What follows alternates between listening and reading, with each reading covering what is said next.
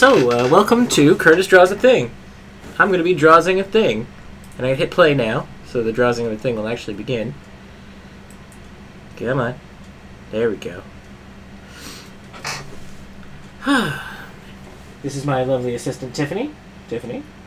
Hi.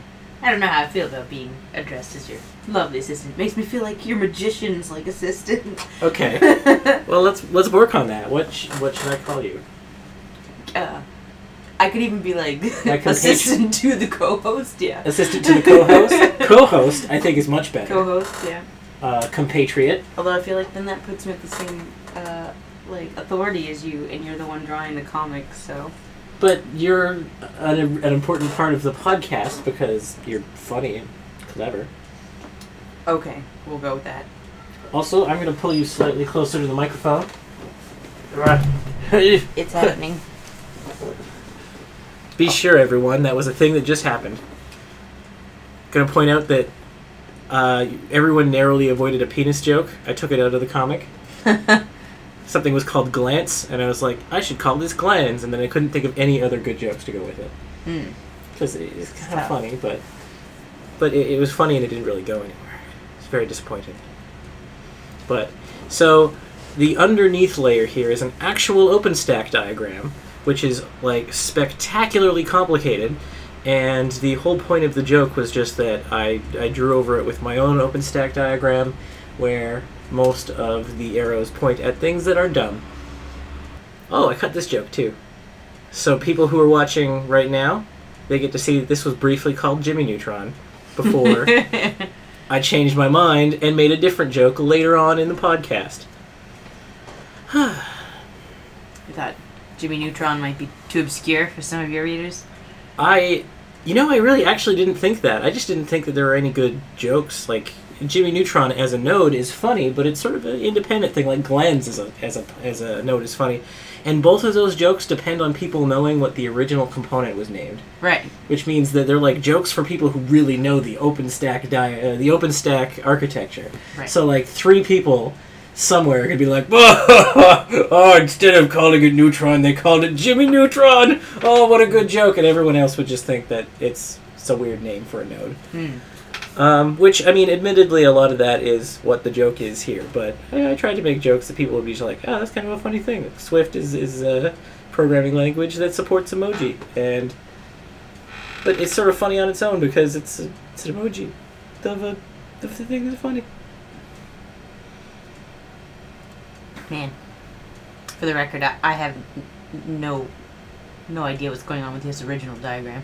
I didn't either, actually. I actually the name of a desert and like a swift, which I think is also a bird, and then there's an orchestra. Oh no, it orchestrates. Well, that's the thing, is that I started out by building this diagram with absolutely no understanding of how it works. I don't know what Sahara is, or what Swift is, or what Heat is. They all point at VMs. I'm pretty sure that OpenStack is a system for managing VMs, like an architecture that allows you to build applications with logging and virtualization and image storage and cluster orchestration, he says, pointing at the screen with his hand. But I feel like I actually got a better idea of it, how it works, by spending so much time with the architecture diagram, even if I was just making fun of it. Right. Because, like, I know that Sahara assigns jobs to virtual machines now, because I've put it in the diagram. I don't know what Sahara is, but what I do know is that it provides jobs to virtual machines. Glance seems to provide images to everything. That's a suitable name, then. Yeah. There's images in there, and people glance at them. And in virtual machine parlance, an image is a pre-baked virtual machine that it's not running at the moment, but it's like, this is like a snapshot of the virtual machine. Could be another way to think of that. Oh god, this is getting really boring. Let's talk about architecture. Eyes unfocusing. Just going completely unconscious. I should have made this a faster part of the presentation, because I mean, there's only so much of this you can watch before you just fall over and die horribly. Tell me, how did you do your line work here? Well, that's a good direction to go in because it's more fun. Because we just bought Manga Studio, and Manga Studio is an exciting new application that we haven't tried yet. Mm-hmm. And so this is we've now both tried it, and we're happy. It's true. I've tried it. It has a lot of similarities with Photoshop. I found out that, like, for example, most of the keyboard shortcuts that work in Photoshop also work in Manga Studio. I was using left bracket and right bracket to change the size of my brush while I was working, and it has. Alt still the eyedropper, and space is still the little hand. There's a different eyedropper button, I think, because I accidentally eyedropped a couple of times. Also, the button on your tablet pen. That might have been it. If you hit it with your index, I hit something to accidentally eyedropper a few times while I was drawing, and it was frustrating because I got a white space on my thing instead of the drawing I was trying to be doing, which is no fun. But does X still toggle between the two colors? I didn't try that one out. I didn't try that one either. That's a good keyboard shortcut. I should try that at some point. And yeah, but it mostly works a lot like Photoshop, which makes it really easy to get a feel for how it works. And the way we were both sold on this when we went to a convention, a lot of the artists were surprisingly pitching this, even though like Photoshop is just the standard. But this has really nice steadiness to the lines. So when your Photoshop pen has a bit of shake to it, your lines aren't very straight, obviously. But this one kind of, I don't know if it's not quite as sensitive or if it's just got a better... It's got, I think, a smoothing algorithm that's in place that helps your lines be smoother. Yeah. And I remember because while we were there, a guy did a demo for us where he did a Photoshop brush and he did a smooth stroke, like a long, fast stroke. And it was pretty smooth. And then he did a slow, gradual stroke and then zoomed way in, and you could tell that the line had a ton of, like, grainy, jumpy qualities that were just born of, you know, tiny motions of his hand while he was making that slow stroke. Things that you wouldn't get with a pen in real life, because with a pen in real life, there's enough friction on the page to keep your pen nib from like moving out of your stroke, but that doesn't exist on like the glass tablet surface. So there needs to be some method of smoothing to stop that from happening. And Photoshop does not apply any smoothing whatsoever. Whereas our Manga Studio actually does an okay job of smoothing the lines a little bit. Which is nice, because it means you can draw a line a little more slowly and still have it come out okay. On top of that, I felt like the default brush, the G Pen, had a really nice... like, just it's a good default pen. It feels like it's got a really nice stroke to it. Yeah, it's got a really nice taper. It's, like, really nicely pressure sensitive. All of it still seems like the kind of stuff you want in an inking program, even if it's not Photoshop. Yeah. And by default, Manga Studio comes with, like, 12 really good pens. But I've seen packs online of people selling, like, 100, you know, dry brush sets and, you know, just interesting pens to go with Manga Studio to improve its functionality. But I thought that I'd start by just trying out this, you know, default pen I can't say words. Default pen pack, and try drawing one comic. And so here we are, drawing my 150th Cube Drone comic. Oh, this is your 150. Yep. You're not centennial. You're centififtial. Cent and a half-eel. Yeah. And which actually, when I upgraded my blog system, it changed the numbering system. I stopped taking interludes out of the count, so I jumped from like 140 to 170, which means I missed the centennial technically, because I counted all of my interludes all of a sudden. But using the entirely different counting system where I only count numbered comics from the old system, this is the 150th. I kind of object to being in the backdrop of this. It's just your head? Yeah. And the light's strong enough too, it's like kind of blotted out my face. But I totally just did a crossover. People can see you. It's true. I'm sorry. It's an invasion of your privacy? Yeah, well, but mostly my pajamas, but... If you'd like, I could... Because I already tried to get rid of any scenes where you were, like, obviously in the foreground. I just cut them right out. So yeah. there's going to be some, like, jumping from place to place as I'm like looking at the screen, and then we're on a totally different stage, and it's because like you came over and kissed me, which was nice, but it's not necessarily something I want to share with the entire internet. And like this whole time, I'm bugging you about like things I'm reading on the news and like whatever is striking my fancy from Facebook or something. Complaining about my job. All important stuff, but stuff that I cut for the sake of just for the sake of keeping things internally consistent. And on top of that, you know, for the sake of privacy, because that's important too, I guess. Maybe.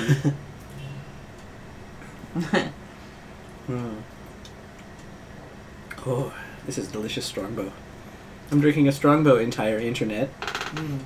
Product placement.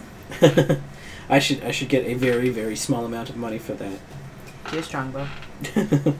Who wouldn't mind some cider? Please. I love Cube Drone. It's the only thing I drink. And this line, there's a line along the bottom that's really, really long. I think I decided to do something with that, but later on in the image. I still have Jimmy Neutron here, too. Haven't made that. I replaced Cinder with Tinder. I felt like that was a good replacement. Wahaha, timely.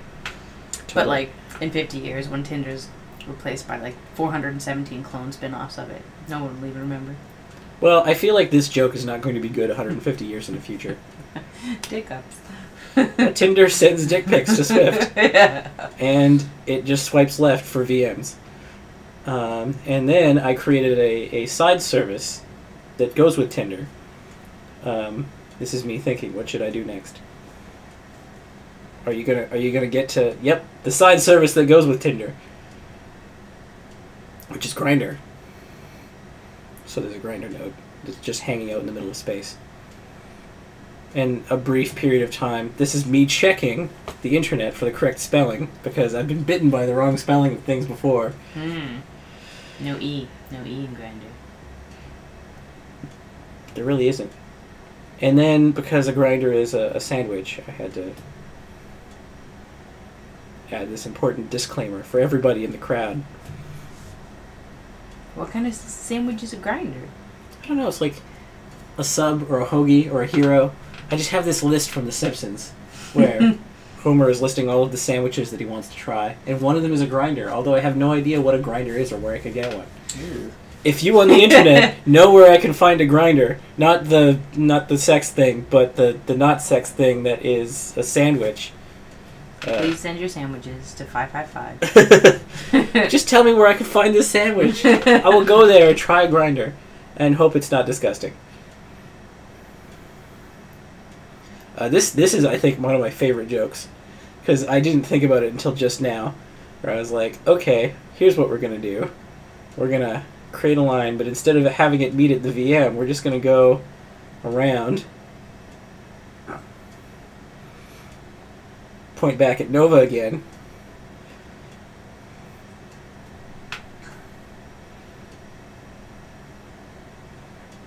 haha, haha, fooled you. Just goes around in a circle. The infinite lap. It talks to itself. Ping. Ping. I made that sound just as you like wiped your brow on the video. Oh, there are lots of gross things that I do during this video. Wow, you're sick right now. There's lots of like Coughing. hacking and coughing.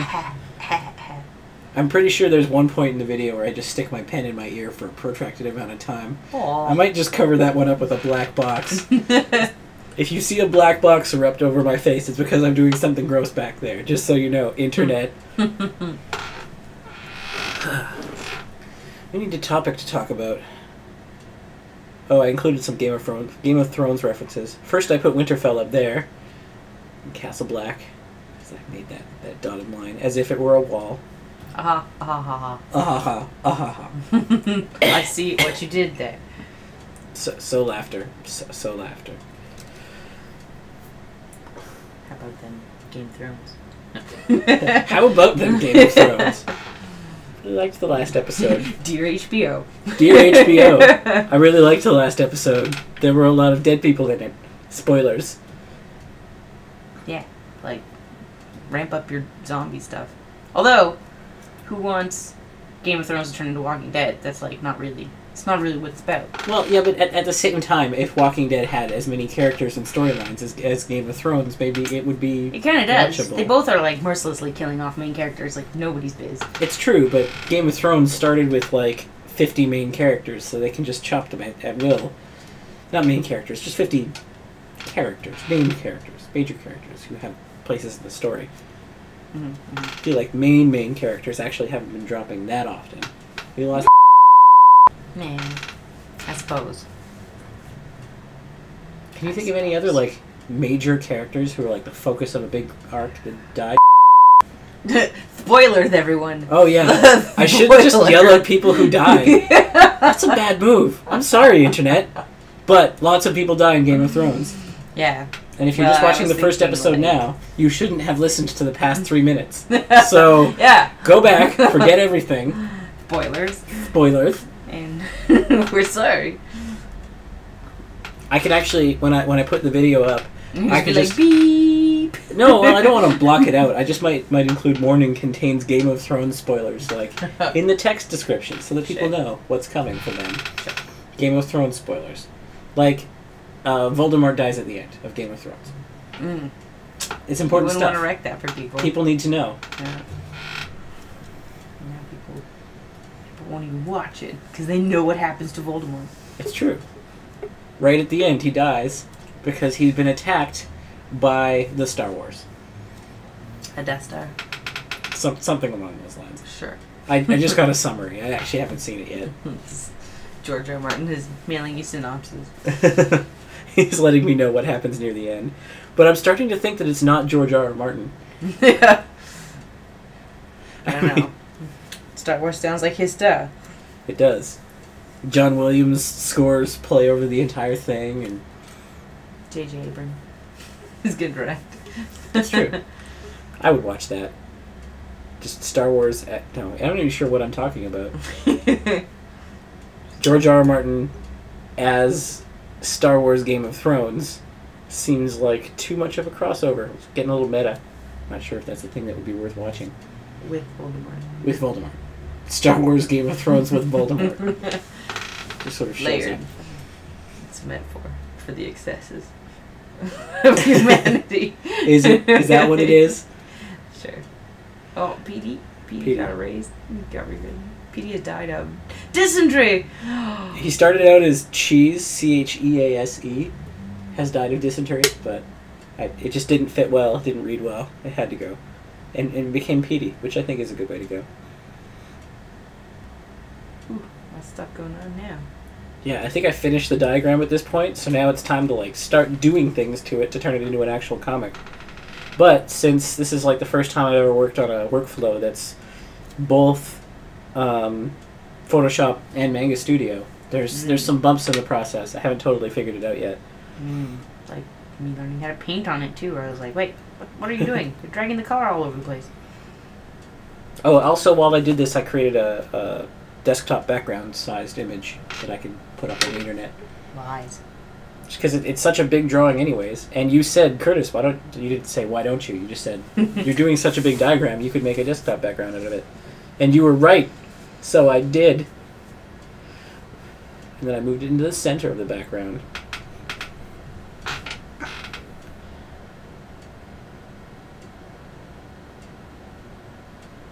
Cheese. There's always cheese at the end of a maze. It's true. Is there always cheese at the end of Sahara? Yes. It's good news for people out there. Are you walking alone in the desert listening to this podcast?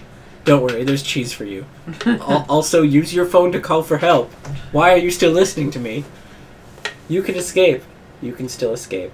Maybe there's not a lot of cell towers out in the Sahara. How is he getting this signal? Or she? Maybe. I shouldn't assume it's a man. Maybe it's a woman in the Sahara. Previously downloaded before leaving. Wow, that was a bad move, guy in the desert. Instead of previously downloading this, you should have brought a map. Now you're just antagonizing him in his moment of pain. Or her moment of pain. There, I said it. Guy in the desert. Guy or girl in the desert. You're lost and you make terrible decisions. And Curtis is apparently not even slightly remorseful. Nope. Wow. You're supposed to use your name. I don't know. Are you just cube drone guy? I'm Curtis. Oh, okay. I never put like a gap between those two identities. Mm. Which, I mean, it would be nice to have that, I guess. Maybe. But people will find out. The ship it's has the sailed. Internet age. You gotta lock that shit down if you don't want people to. Well, yeah, exactly. If I wanted to maintain like a pseudonym, then I would have had to start much earlier on the whole pseudonym project, because at this point there's so much data linking Cube Drone to Curtis that it would be basically impossible to scrub that from the internet. So Curtis I remain. Sneezed all over your keyboard. Yep, all over my keyboard. Touch. Everyone loves being sick. Well, yeah. I'm surprised I don't sound sicker now. No, you're doing pretty good. It's because I'm full of delicious Strongbow. Send us a case, Strongbow. Please, please. Well, that definitely looks like something. Hey, sometimes my characters look a little penisy. But I can fix it. It's still good. I made his torso way too short here. Oh, yeah? Well, I feel like he's got a longer torso when I draw him most of the time. And I made his hand way too small, but I fixed that because I noticed. But I still feel bad about his torso shortness. But them's the breaks. And I'm back in Manga Studio here doing the sketch, and I found it actually really fun to sketch with. I liked sketching with Manga Studio. I just like drawing with Manga Studio. I'm not sure how much I need Photoshop going forward, really, because most of what I do is just the drawing part of it anyways. I mean, there are a lot of features and functionality in Photoshop that I've gotten super used to, but Manga Studio has just about everything, and it's... They're shockingly, yeah, not even a fraction of the price, really. It cost me, was it $25? $25-$30 for 2 licenses? Yeah. Whereas I'm still paying $50 a month for Photoshop. Creative Cloud, yeah. Creative Cloud, though. I do use everything else in Creative Cloud. We're editing this on Premiere as we speak, and recording it with Audition. So there are other things I use in the Creative Cloud. There are lots of things you use in the Creative Cloud. I don't think it's a bad purchase to have that going. Oh, no. And I mean, I couldn't give up on Photoshop. It's got lots of the content aware, for example. I bet you this doesn't have content aware. No. So a lot of photo editing things. Oh, this is me. I had to remake your lines. My lines for Manga Studio. But I think I did an okay set of lines here. I was like, yeah, okay. This will do.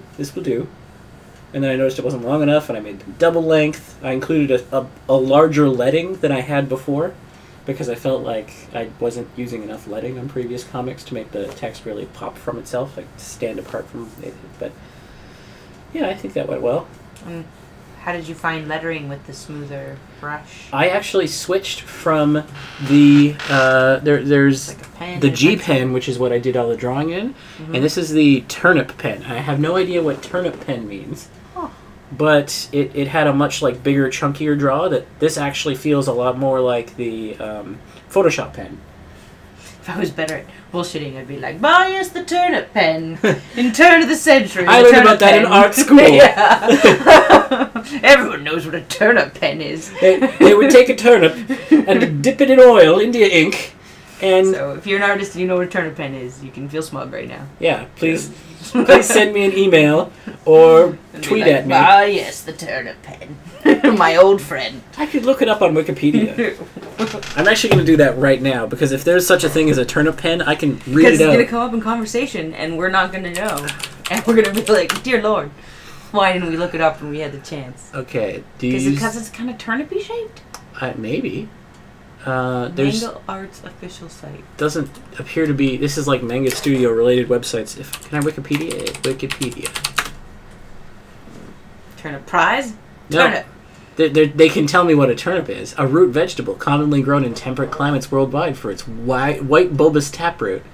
But the turnip pen has never been heard of. But if you just say turnip pen and look at images, it'll show you a bunch of turnipy looking pens? Is that how that goes? Yeah, they look like the nibs of a type of... like calligraphy nibs? Pens, yeah. So somewhere there's a calligrapher who's like, "Whoa! Fools.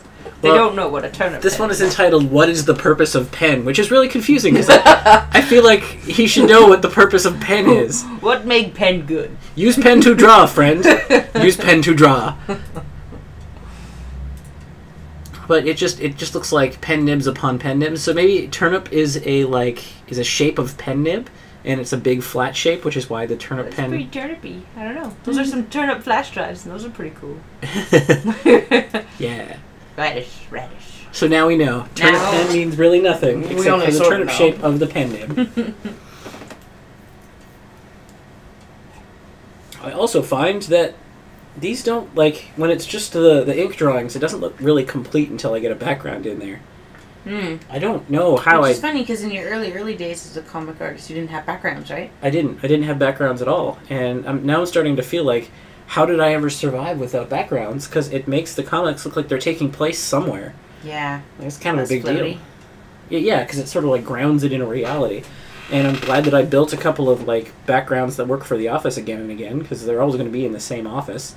Yeah. The thing is, you can put in the time for these like really nice detailed backgrounds, because you get your investment back, sort of. Yeah. You reuse them. Well, the funny thing is, though, is that I've put in my time for like 3 of them. I've built 9 sets, and I just use the same 3 sets over and over and over again, because as it turns out, most of my jokes take place at Cube Drum's desk, or the kitchen, or the office, like the office atrium.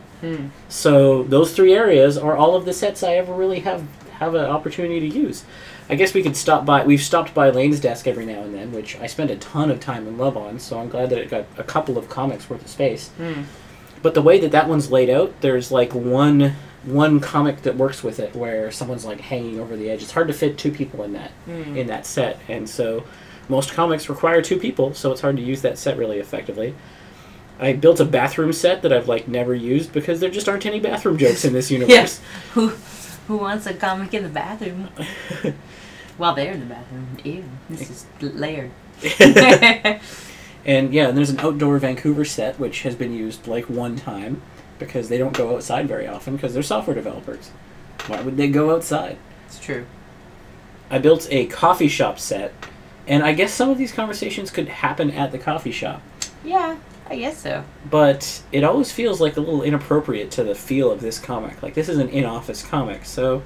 So you're painting this whole thing white? Yeah. And then do you paint it over top with color? What are you doing? Well, there's just a white layer. So it used to be that I would actually just do a white layer for everything that's in the foreground, and then I'd color on top of that white layer. Wow. But I stopped doing that because instead I'm just like, well, I'll only color white the things that are white.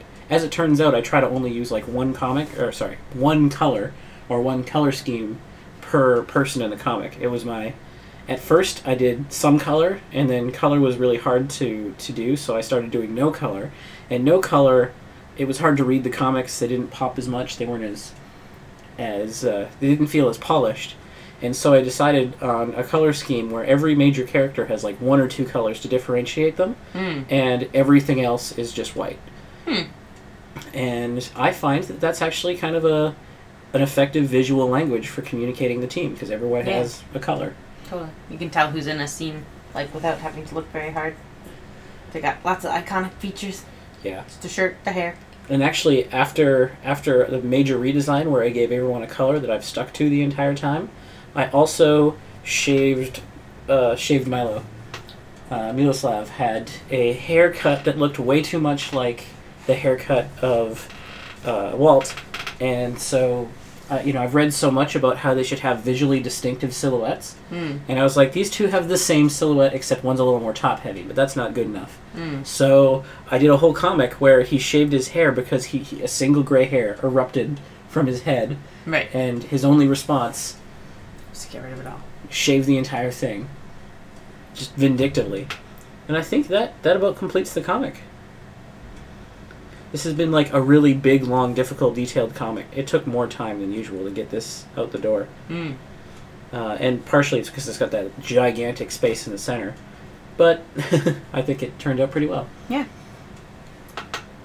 And it's a good 150th comic. It's, a big... Yeah. A big event, even if it's not really the 150th comic by my news site's counting. But feels celebratory. Celebratory. Big comic. And because my Patreon hit $8 today, I have to create some avatars and some wallpapers. So having a start with something that is wallpaper sized is a good way to get started with that. I need to generate a lot of stuff now. The Patreon has been going much faster than I thought it would, so I have to get on some of those goals. Yeah. I promised things to people. Things were promised. Sorry, people. We'll work on it. Well, no, I'm working on it. Things are getting done. But the very first goal was to get all of the crepes. The very first goal was to do all of the closed captioning for my website. Mm-hmm. And I did a count using Django, just using the backend model mapping stuff. And I was like, okay, how many of these don't have alt text? And it's 110 don't have alt text, and 99 have alt text. So I'm almost halfway done. Sure. So that's pretty good. Commendable. I think when I started I had 40 or 50 done, so I've managed to crank out 50 since I launched the site. Yeah. See, forward momentum. Exactly. It'll be done. It'll be done soon. And then when that's done I can start digging into wallpapers and avatars. So I think that is the presentation. Thanks for listening, everyone. Remember to like and subscribe if you're still here after all this time. Thanks. Thanks.